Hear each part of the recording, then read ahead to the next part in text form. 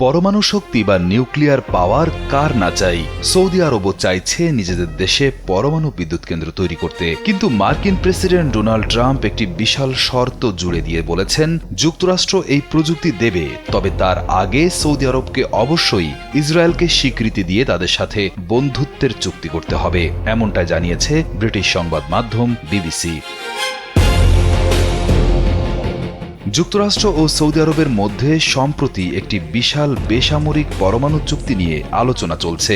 এই চুক্তির মাধ্যমে যুক্তরাষ্ট্র সৌদি আরবকে পরমাণু শক্তি ব্যবহার করে বিদ্যুৎ উৎপাদন এবং অন্যান্য শান্তিপূর্ণ কাজের প্রযুক্তি দেবে। অনেকেই ভাবতে পারেন এর ফলে সৌদি আরব পরমাণু বোমা বানিয়ে ফেলবে কিনা, কিন্তু প্রেসিডেন্ট ট্রাম্প পরিষ্কার করে জানিয়েছেন এখানে বোমা বানানোর কোনো সুযোগ থাকবে না।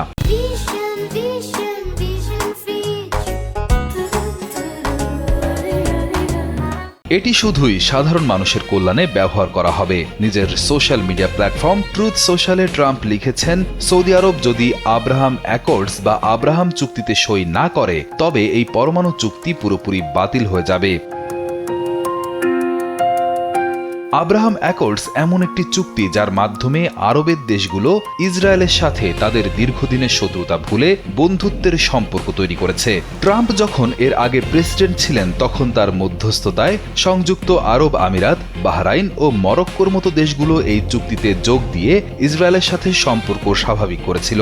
সম্প্রতি কাজাখস্তানও এতে যুক্ত হয়েছে। এখন ট্রাম্প চাইছেন সৌদি আরবও এই তালিকায় নাম লেখাক।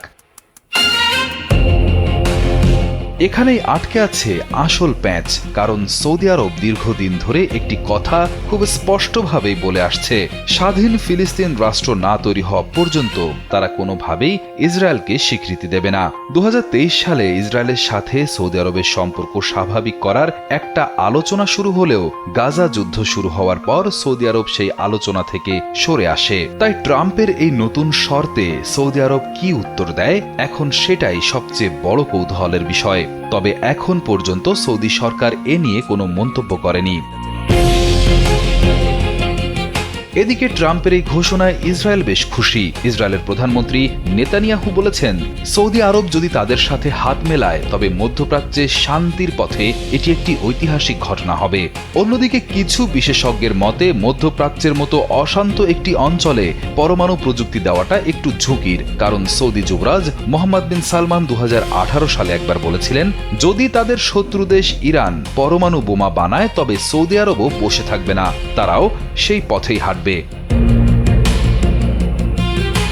একদিকে উন্নত পরমাণু প্রযুক্তির হাতছানি, অন্যদিকে ফিলিস্তিন ইস্যুতে নিজেদের পুরনো অবস্থান।